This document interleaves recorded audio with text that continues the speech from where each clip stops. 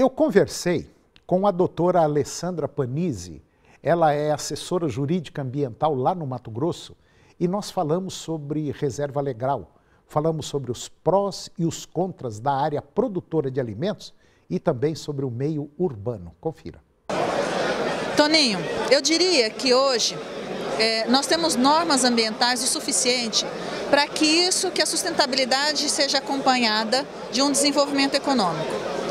O que eu ainda sinto dificuldade é quando a gente tem que aguardar um Supremo Tribunal Federal, por 4 anos ou mais, decidir se o Código Florestal ele é constitucional ou inconstitucional.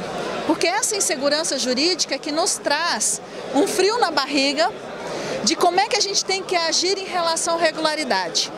Porque as normas já estão mais claras. E o STF decidiu, há 10 dias, 15 dias atrás, como é que é o jogo que deve ser jogado. Isso quer dizer o quê?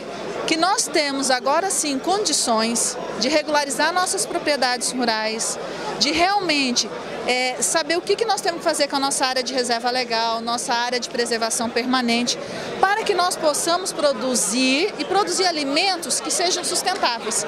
Porque se eu tenho uma propriedade regular, diante das normas ambientais, eu tenho um alimento sustentável, concorda? Então eu diria o seguinte, as regras estão claras e postas à mesa. O que nós temos que fazer é cumpri-las. E também pedir para que os órgãos ambientais simplifiquem essa situação, desburocratizem os sistemas. E que eu vou mais longe, esse sistema burocratizado não se trata somente da área ambiental. Se a gente sair por outras tangentes, tributária, educação, saúde, nós também temos uma burocracia muito grande. E nós temos que parar com isso e colocar para funcionar o que são as normas. E a norma é muito clara hoje. O STF decidiu, nós temos áreas consolidadas, nós podemos fazer compensação de área de reserva legal.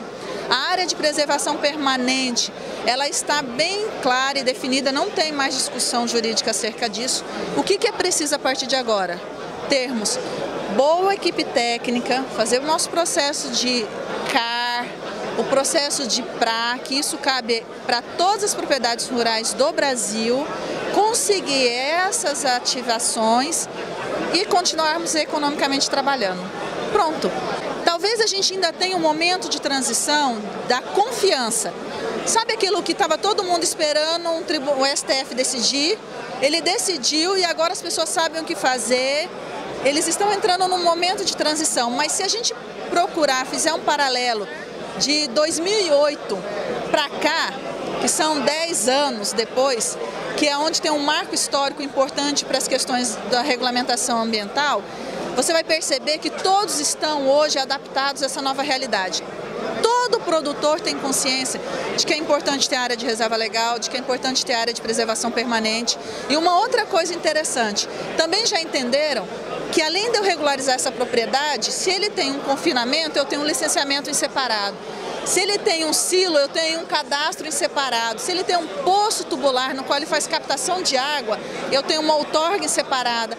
Se ele tem uma captação de água superficial em rios, ele também tem que ter uma outorga de captação de água.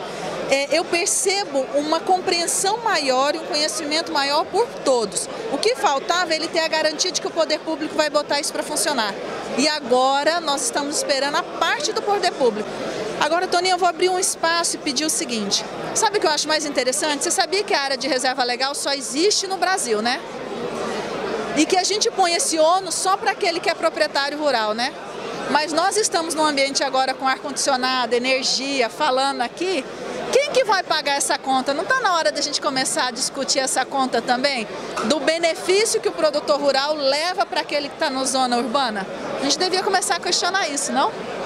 Porque é muito fácil, é muito comum você estar na zona urbana e criticar o setor agropecuário como destrutivo, como acabando com o meio ambiente e tal. Isso é muito simples, mas a hora que você está num ambiente desse, ou vai a uma churrascaria e pega uma bela de uma picanha, ninguém reclama. Pelo contrário, reclama se ela vai estar salgada ou não.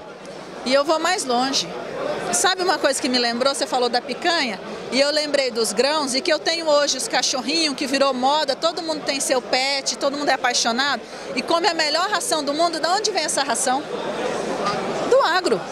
Então nós vivemos do agro, vivemos da pecuária, isso não dá direito a ninguém produzir degradando o meio ambiente, infringindo norma.